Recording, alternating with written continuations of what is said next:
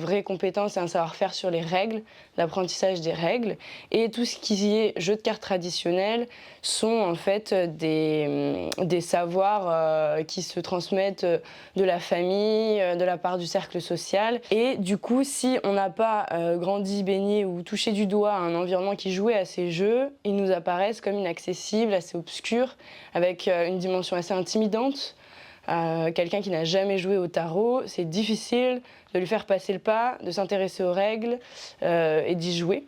Vu que c'est des jeux qui se transmettent verbalement, en fonction des régions, en fonction, voilà, les règles vont être un petit peu différentes. Et du coup, il y avait aussi cette problématique de comment on va gérer ça, de faire prédominer une règle par rapport à d'autres, puisqu'il y en a plusieurs qui coexistent et elles ont toutes la même valeur. Nous, Yellow, on n'est pas légitime à raconter l'histoire des cartes. Il y a une vraie difficulté à avoir accès aussi à des informations fiables. Donc on avait besoin d'un interlocuteur expert de ce domaine. Donc il se trouve qu'à Paris, il y a le musée français de la carte à jouer, qui nous est apparu comme étant le parfait interlocuteur. Alors, le musée français de la carte à jouer d'Issy-les-Moulineaux a été inauguré en 1997, donc on a maintenant voilà, près de 30 ans. Alors nous on a une collection évidemment très importante de jeux de cartes liés à l'histoire des cartes à jouer. Et en tout ça représente à peu près autour de 15 000 objets. Donc on les a contactés vraiment à la genèse du projet.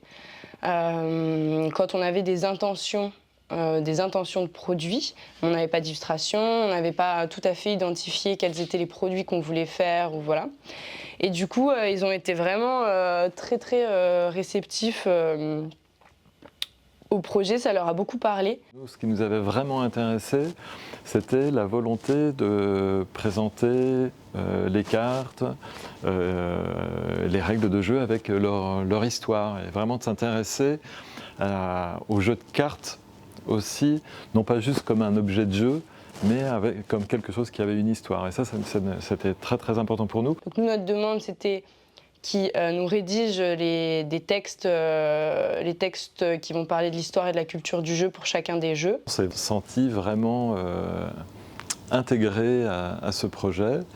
Et puis voilà, donc on a proposé des petits historiques pour les jeux choisis par Yellow. Et puis on a eu des échanges sur cette base pour correspondre aussi au format qui était attendu. Et en plus, avec cette ouverture possible, si la gamme a une suite, de nous aider à identifier quel jeu traditionnel serait intéressant, puisqu'ils connaissent vraiment énormément de jeux du monde entier, des jeux turcs, des jeux, voilà, des jeux norvégiens. Il y avait un intérêt commun partagé, à la fois de mettre en valeur le musée, son projet, à travers la présentation aussi de l'histoire de ces jeux, et la pratique du jeu avec le savoir-faire de Yellow. Donc voilà, je crois que c'était un très bon échange. Là, pour le lancement de la gamme, on a voulu vraiment illustrer nos intentions, donc aller chercher à la fois un jeu iconique français, donc le tarot, mais aussi montrer qu'on s'apprête à faire des jeux un peu plus atypiques et à faire voyager un peu plus aussi dans les jeux et la culture avec le koi-koi au Japon. Et du coup, eux, ils viennent aussi amener cette plus-value-là derrière, potentiel de nous trouver des petites pépites traditionnelles dans des pays que certains peut-être ne savent pas mettre sur une carte. Ce qui est fascinant avec cet objet jeu de cartes, en dépit de quelques transformations qui en fait sont mineures dans le dessin, etc., on a une structure de jeu qui permet de trouver un terrain d'entente quelque part, partout sur la planète. Tout le monde va reconnaître en fait cet objet et aura une règle à partager. Et ça, c'est quelque chose qui est peut-être unique avec le jeu de cartes en fait. On ne voulait pas dénaturer le jeu traditionnel, l'esthétique du jeu traditionnel. Du coup, il fallait effectivement créer des ponts pour aller plaire à un nouveau public, plus famille, à des enfants, à des gens qui n'ont jamais joué au jeu de cartes traditionnel, et en même temps sans dénaturer le jeu tel qu'il existait pour aussi plaire à ceux qui l'ont toujours pratiqué.